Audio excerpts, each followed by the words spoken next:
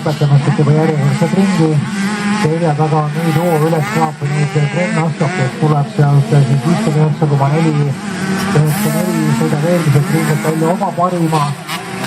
Sõit aga on grammikene ikkagi kiirem.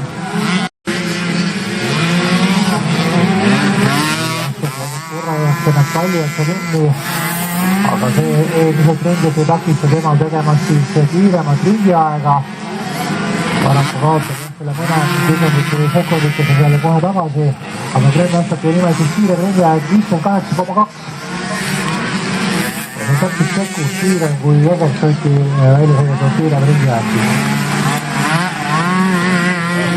Gramm alla 6 sekundi oli vahe ja nüüd oleme läinud siit siis 4.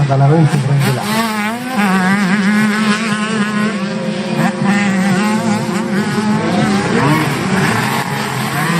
Praegusel juba 6 sekundi kaugusel seal astute selja taga ja selja taga Puhaste